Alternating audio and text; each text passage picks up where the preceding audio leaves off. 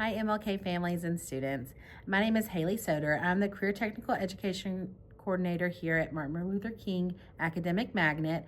I'm thrilled to share some exciting news about the pre-med pathway that we are going to develop here at MLK. Whether you're a student passionate about pursuing a career in medicine or a parent curious about this program, this video will give you an overview of what this pathway could look like and what we hope to accomplish here at MLK and answer some of your questions regarding this pathway.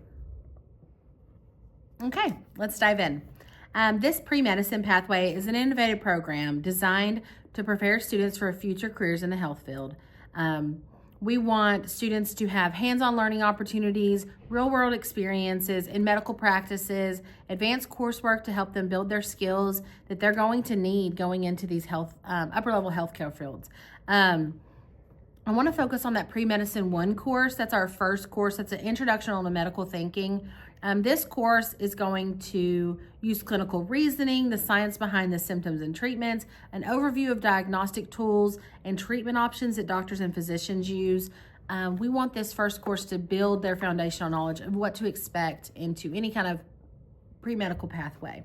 Now, our pre-medical 2 and our pre-medical 3 courses are still being developed. And with those courses, we want to touch on things of behavioral health, pharmaceutical, genetics, skills surgeons use, research, medical researching, analyzing tissues, those kind of things.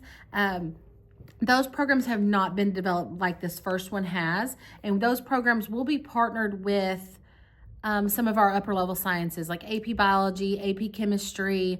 We're going to highly suggest courses that we want our students to take along with the pre-medicine courses.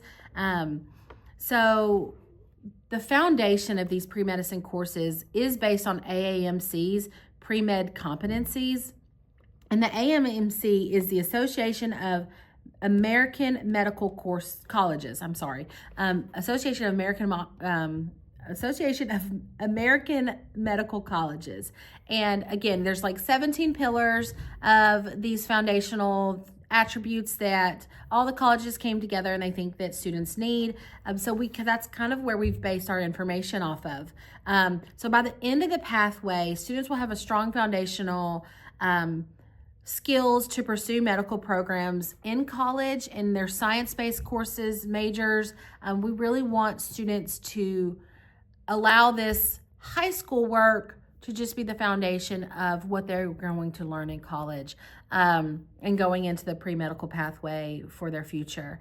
We also want this coursework in high school to allow students to know which direction in the medical field that they want to go into, but be it research-based or I call them hands-in doctors, where you are doing surgery, daily physicians, those kind of things, because there is a wide variety of medical pathways to go into once you're there, and we want to expose our students to all of those in this pathway.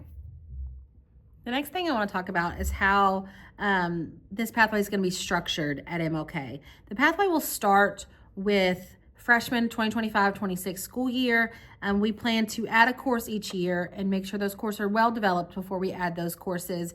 We may offer it to rising sophomores this year if we cannot fill. We're going to start small. We want to potentially do 2 pre-medicine courses with a max of 20 students per course, meaning that 40 students would start off this pathway. It's not to eliminate anybody or count anybody out. We want to just make sure that our partners can give opportunities to that amount of students. And if they can house more students, we could expand that opportunity based on hearsay, based on our chemistry teachers saying, hey, this kid's not in the pathway, but they want to go to this.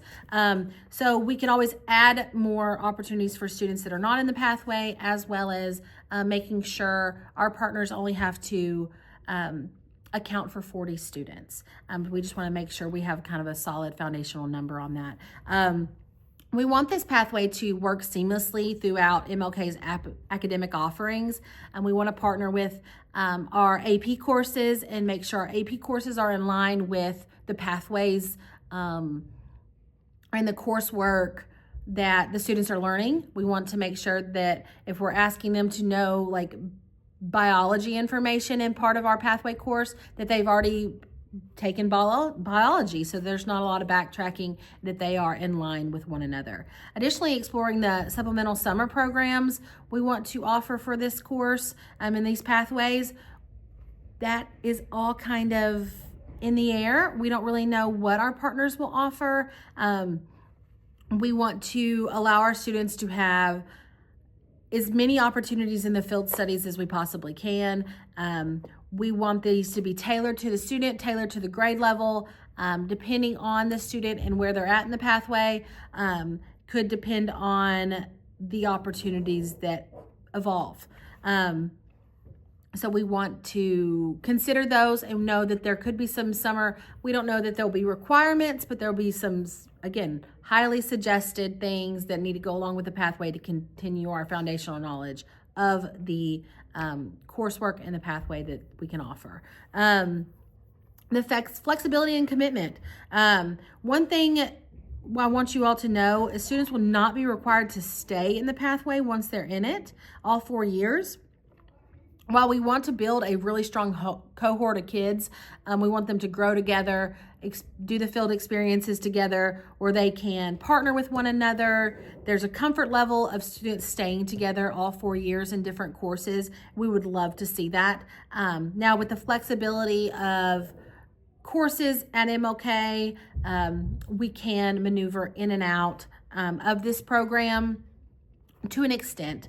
You can't take courses out of order or anything like that. They do have to come simultaneously. And if you stay in our course progression, then hopefully that cohort of students will all stay in that course progression, so those students will have each other to rely on, bounce questions off of, and there's that goal in mind for that pathway. Because we want it to be very rigorous for our students. We want it to be beneficial. We want the pathway to, again, mimic and mirror our upper level courses as the students take those. Potentially, we want it to offer a individual student need where their senior year, they're in maybe a capstone course, depending on what Pre-Med 3 ends up looking like, a capstone course where they're doing the self-study, self-research type medical-based course, and that they would have each other to rely on when they all have taken the courses together. So that's one of the flexibilities and one of the commitments we want our students to hone in on so they can use one another as well as their teacher and know where they're at in their progression of the pathway. All right, what's the current status and the next steps for this pathway moving forward on the questions we don't know yet? It is important to note that this pathway is still in development. MNPS is in the process of submitting standards and requirements for approval by the state of Tennessee. We are working closely with industry partners and post-secondary institutions to ensure the pathway is academically strong, aligned with real-world healthcare needs, and beneficial to our MLK students. Once this pathway is completely approved, we will host a student-parent interest meeting to provide more details and information about the program and how it fits into your high schooler's 4-year plan. Until then, we will continue to keep you updated on the progress and the exciting news and opportunities. We may not know this information until later on in the school year, meaning that we don't present this information to the state until February. We may not hear back from them until March. They may say, hey, we like this, change this. And then now we're into the end of March because spring break and we're coming into April. So we may not know real definite answers until April or May. So be patient with us. Know that we are fighting the battles to make this worth our students' while here at MLK. We want it to be foundationally strong before we put students in a course. We will counteract and kind of highly suggest things as they present it to the state. And we see a lot of potential in this course. We really do. We see a lot of potential in this course and this pathway. And we are very excited. I think it will be very beneficial for our students as long as we utilize the cohort process and we utilize the the sciences that need to be in our field studies. We making sure we can get to and from our field studies so we can have that experience for our students. We have the right partners involved. Our partners are right now kind of coming to and from. The district's talking to some partners. Dr. McShepard Ray and I are talking to partners to make sure that our students have a good, strong foundational partnership with mentors and with doctors and physicians that want to come out and see our students be successful and expose them to all the different departments in the field. The last thing I'm going to cover is my frequently asked questions that I've been getting about the pathway and about the pre-medicine courses. One of the questions is, what happens if my students decides to leave the pathway? Nothing. They would finish their course they're currently in, and then the next year they just wouldn't continue on with the pathway courses.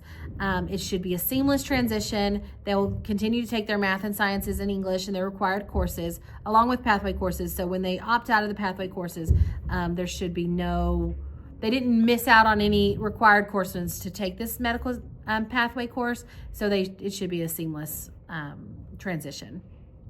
Will there be GPA requirements or special registration in this special registration process? I'm going to say yes. GPA requirements, no, because a lot of freshmen don't have GPAs, especially coming from different middle schools. Registration process, yes. We want to keep it at, like I said earlier, 40 students to begin to see as we build this foundation. And we could potentially have only 40 students interested, so we don't have to eliminate anybody. But if we have an overwhelming number of students that are interested in this pathway, we will find some kind of requirements, interviews or questionnaires or something, teacher recommendations, something that would help the students gain their position in this pathway. We don't know what that looks like yet, but we'll cross that bridge when we come to it. If your student puts on their registration form that they're interested in this pathway, and the pathway and the courses all happen, your students will be contacted, and you will be contacted as well to gain more information as we know. Will this pathway replace AP courses? No. This pathway is designed to complement those AP courses and to integrate with those AP courses and to work seamlessly with those AP courses. We want this pathway to partner with those AP courses. We potentially would offer an AP seminar course in this pathway, but again, that's not been approved or anything like that. We are still looking at that. With this, an AP seminar course is to teach students how to do research, and that could be medical research. So we're looking into potentially adding an AP course in this pathway. But again, we don't know about those answers for those upper level courses, because if I have my way, we will offer 2 AP courses in this pathway, and we offer a advanced placement diploma, but I don't know yet. So that's just a little snippet on the back ends of inner workings of all of that. We don't know what that's going to look like just yet. One of the last questions I've been getting, what type of hands-on experiences will my student get? Again, I think that is also going to change as our partners come in and out, as our partners come and go. We want to make sure our field experiences are the most beneficial to our students and that they all get them. One, that's one reason we keep our numbers down, and 2, that maybe our freshmen in our pre-medicine 1 course are getting an exploratory type experience where they're going to hospitals and seeing all the different departments, versus our students that end up in pre-med 2 or 3, they know where they want to go in the hospital. So they want to go to oncology, they want to go to occupational therapy, and they have more of a direct field experience. So we don't know exactly what that'll look like just yet. We just know that this course will not be super strong without them, and we know that we are going to make those happen for our students in this course. We just want them to have that real world understanding in the medical field. That's the whole reason for this course. We will work on things and develop a lab for our students to have some props and things to mess with here on campus, so that they can get some experiences before they go into the hospital, so that they have some foundational knowledge. Like, we'll make sure our students are CPR certified, and there will be some training that has to happen before they go into any kind of clinical base or internship. in those upper level courses. So we look forward to crossing those bridges and figuring that out as we grow with this. So if you have any additional questions or concerns, don't hesitate to reach out to me directly, haley.soeder@mnps.org, haley.soeder@mnps.org. If you have any ideas, or if you have any feedback, if you have any connections with partnerships, if you are working on something and you think it's beneficial for our students to know how they can get involved with some of the pre-medicine things. If you have any of that insight, I would love that information. Shoot me an email, ask me questions. Again, I will, as our students show interest on their registration, we will kind of start to develop a email strand of those students and the parents to make sure they are getting information as we get the information, as things change. Here at MLK, we are very excited about this opportunity. It'll be very beneficial to our students. It will be ever growing, ever changing. As long as our foundation is there, I'm excited about the growth and the changes that's going to happen. Thank you for being here tonight. I apologize that I was not able to be there tonight in person. But again, shoot me an email if you have any questions, comments, concerns. I am more than welcome. And I love critical feedback. It's one of those things that I think we grow from. So let me know what you're thinking and how I can help. And thank you for being here.